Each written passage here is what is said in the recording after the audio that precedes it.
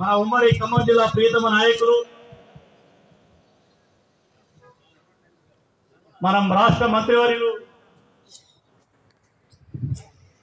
శ్రీరణ గారు, ఈనాటి మనందరి అతిథి సిపిఐ సిపిఎం మిత్రపక్షాలు బలపరుస్తున్నటువంటి కాంగ్రెస్ పార్టీ పార్లమెంట్ అభ్యర్థి రామసాయం రఘువీర్ రెడ్డి గారికి వారితో పాటు వేదిక మీద ఉన్నటువంటి కాంగ్రెస్ సిపిఐ సిపిఎం నాయకులు, తెలంగాణ జన సమితి నాయకులు, వేదిక ముందున్నటువంటి పాత్రికేయ మిత్రులు, కొత్తగూడెం జిల్లా కొత్తగూడెం నియోజకవర్గం నుంచి చేసినటువంటి మీ అందరికీ హృదయపూర్వకమైనటువంటి ధన్యవాదాలు తెలియజేస్తాం. ఎందుకంటే వేదిక మీద చాలా మంది నాయకులు ఉన్నారు.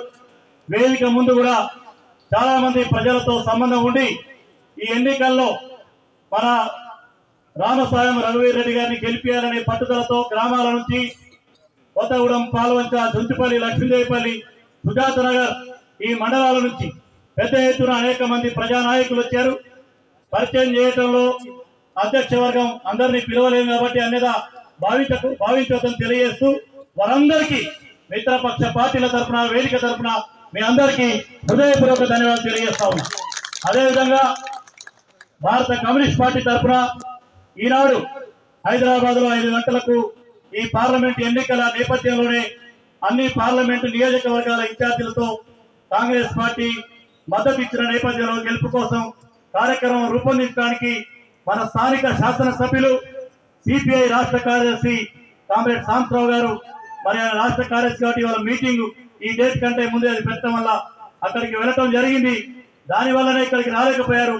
వారు కూడా మరి ఈ నియోజకవర్గంలో మన జిల్లాలో ఎన్నికల ప్రచారంలో కమ్యూనిస్ట్ పార్టీ తరఫున మిత్ర పక్షాల తరఫున ప్రచారంలో పాల్గొని తన వంతు బృహత్తరమైనటువంటి కర్తవ్యాన్ని నిర్వహిస్తారని ఆ సమావేశం వల్లనే రాలేకపోయిన విషయాన్ని వేదిక నుంచి అది కూడా మీకు తెలియపరుస్తూ మరి ఇప్పుడే కనకయ్య గారు చెప్పడం జరిగింది. మన మధ్య సమయం లేదు, ఎక్కువ విషయాలు కాకపోయినా 2-3 విషయాలు మనందరం మాట్లాడుకోండి. ఈ ఎన్నికలు వ్యక్తుల కోసం సాగుతున్న ఎన్నికలు కాదు, ఈ దేశం యొక్క భవిష్యత్తు కోసం సాగుతున్న ఎన్నికలు. ఇవాళ ఈ దేశం యొక్క ప్రజాస్వామ్యాన్ని బాబాసాహెబ్ అంబేద్కర్ రచించుకున్న రాజ్యాంగాన్ని కార్మికులు, రైతులు, యువకులు, విద్యార్థులు, మహిళలు మొత్తం ఈ దేశం యొక్క ప్రజల సమస్యల మీద సాగుతున్న ఎన్నికలు మనం చూస్తా ఉన్నాం. ఇవాళ మేము ఉదయం నుంచి తిరుగుతూ ఉంటే గ్రామాలలో అనేక కార్యక్రమాలు పోయినప్పుడు పార్లమెంట్ ఎన్నికల్లో మనందరం బలపరుస్తున్నాం. కాంగ్రెస్ పార్టీ అభ్యర్థిని గెలిపించాలా, ప్రజా కార్మిక రైతాంగ వ్యతిరేకమైన బీజేపీని, దానికి 10 ఏళ్ల నుంచి వంతబాడినటువంటి బీఆర్ఎస్ ని ఓడించమని పిలుపునిస్తే రైతులు చెప్తా ఉన్నారు. 3 ఏళ్ల నుంచి ఢిల్లీ నడిబొట్టున రైతులు పోరాడుతా ఉన్నారు. 800 మంది రైతులు తమ ప్రాణాలు త్యాగం చేశారు. 800 మంది రైతుల్ని బలి తీసుకున్నటువంటి ఈ కేంద్ర ప్రభుత్వాన్ని ఓడించి ఇండియా కూటమి అయినటువంటి కాంగ్రెస్, వామపక్షాలు, ఇతర పార్టీల ఐక్యత ఉన్నటువంటి కూటమి అధికారంలో తీసుకురావాలని ఇవాళ రైతులలో ఉన్నది. 37-40 రూపాయలు ఉన్నటువంటి డీజిల్, పెట్రోల్ ఇవాళ 100కు పైగా మన ముందు నాట్యమాడుతా ఉంది. నిత్యావసర వస్తువుల ధరలు ఆకాశాన్ని నడుతా ఉన్నాయి.